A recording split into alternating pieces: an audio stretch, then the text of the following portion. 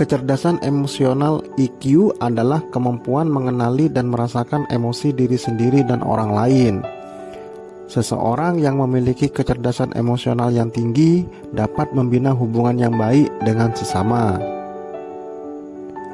Beberapa peneliti melaporkan kecerdasan emosional dapat dipelajari dan diperkuat, sementara yang lain mengklaim itu adalah karakteristik bawaan. Kemampuan untuk mengekspresikan dan mengendalikan emosi sangat penting. Tetapi demikian juga kemampuan untuk memahami, menafsirkan, dan menanggapi emosi orang lain. Bayangkan sebuah dunia di mana manusia tidak bisa mengerti ketika seorang teman merasa sedih atau ketika rekan kerja marah. Psikolog menyebut kemampuan ini sebagai kecerdasan emosional, dan beberapa ahli bahkan menyarankan bahwa itu bisa lebih penting daripada IQ dalam keseluruhan kesuksesan dalam hidup. Jika Anda ingin meningkatkan kecerdasan emosional, ada beberapa cara yang bisa Anda coba dan terapkan. 1. Bangun pengendalian diri.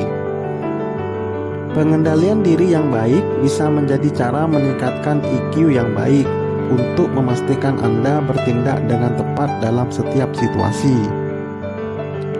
Saat sedang emosi, Anda mungkin bisa menangis atau melakukan hal-hal di luar kewajaran. Menyalurkan emosi ke dalam suatu aktivitas yang positif adalah solusi tepat.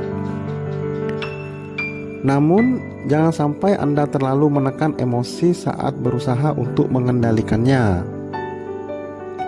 Bersikaplah wajar terhadap semua emosi yang menghampiri Anda. Sadari emosi tersebut, lalu tarik nafas dalam-dalam agar tetap tenang. 2. Tumbuhkan motivasi. Seseorang yang memiliki kecerdasan emosional tinggi tetap akan termotivasi, bahkan saat hal-hal tidak berjalan sesuai keinginan. Mereka adalah orang-orang yang mampu mengatasi kemunduran dan selalu bersikap tegar dalam menghadapi target yang tidak sesuai tujuan. Sementara orang-orang yang sangat ambisius belum tentu cerdas secara emosional. 3. Bersikap empati. Empati bukan hanya tentang merasakan apa yang orang lain rasakan, tetapi juga tentang memahami sudut pandang, tantangan, dan kekuatan orang lain. Anda tidak harus setuju dengan sudut pandang orang lain, namun hal ini akan membantu Anda untuk memahami mengapa mereka bertindak atau berpikir demikian. Di samping itu, cara meningkatkan kecerdasan emosional dengan berbincang tentang bagaimana perasaan orang lain mungkin terdengar seperti buang-buang waktu, tetapi sebenarnya hal ini membantu meningkatkan produktivitas. 4. Jangan bersikap reaktif. Setiap orang pasti pernah dihadapkan pada situasi yang menyebalkan. Hal ini tentu dengan mudah memengaruhi suasana hati dan merusak hari Anda. Oleh karena itu, coba latih kecerdasan emosional dengan menenangkan diri saat marah. Anda bisa menarik nafas dalam-dalam atau mengambil segelas air untuk membuat pikiran lebih jernih. Ingat, bersikap reaktif tidak akan menyelesaikan masalah, bahkan bisa menyulut masalah-masalah baru. 5. Latih keterampilan berkomunikasi. Kemampuan untuk menciptakan obrolan ringan dapat menciptakan hubungan baik dan membangun suasana nyaman dengan orang lain. Berkomunikasi tidak hanya dilakukan secara verbal melalui ucapan. Anda juga bisa berkomunikasi dan memahami orang lain dari bahasa tubuh maupun mimik wajah.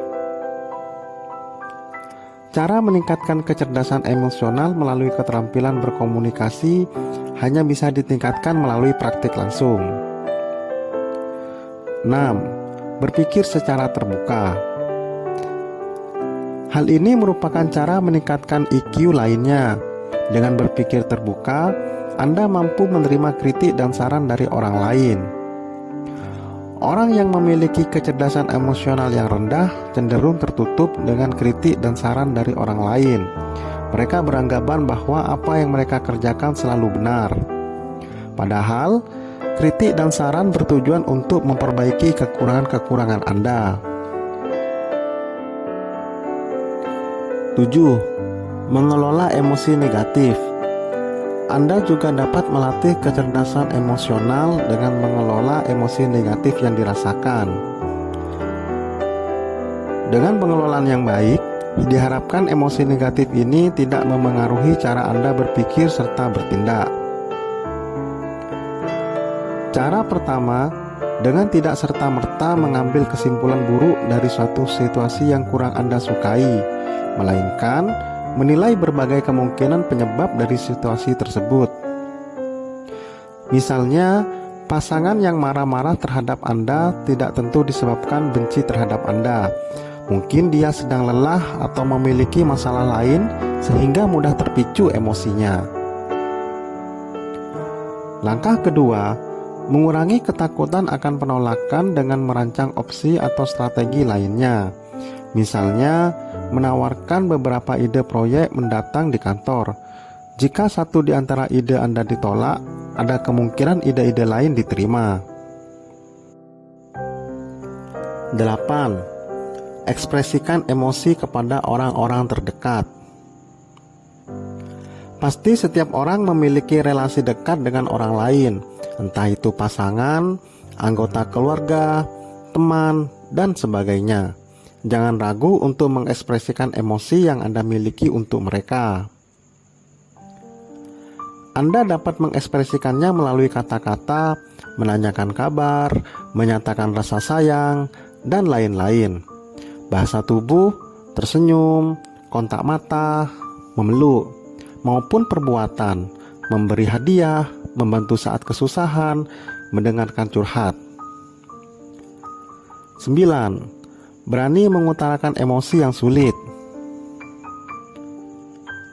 Beberapa emosi mungkin sulit Anda ekspresikan, misalnya menolak permintaan tanpa merasa bersalah, tidak setuju dengan pendapat orang, memprioritaskan diri sendiri, bukan egois, dan lain-lain. Saat bertikai dengan pasangan, misalnya, sulit bagi Anda untuk menjelaskan apa yang dirasakan, sehingga Anda mungkin cenderung menuduh dan marah. Lakukan teknik XYZ. Katakan, saya merasakan X saat kamu melakukan Y dalam situasi Z. Misalnya, saya merasa kesal saat kamu terus bermain HP saat kita sedang berbicara. Hal ini lebih jelas untuk lawan bicara Anda ketimbang menuduh, kamu tidak pernah memperhatikanku. Dengan cara ini, Anda akan lebih berani untuk mengekspresikan emosi. 10.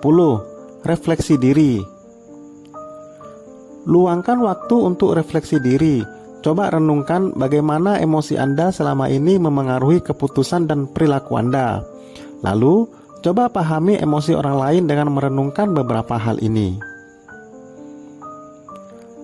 Mengapa ia merasa sedih, marah, atau kecewa?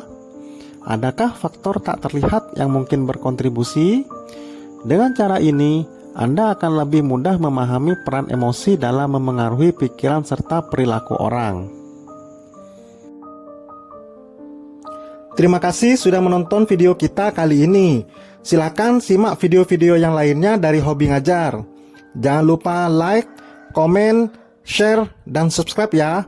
Wassalamualaikum warahmatullahi wabarakatuh.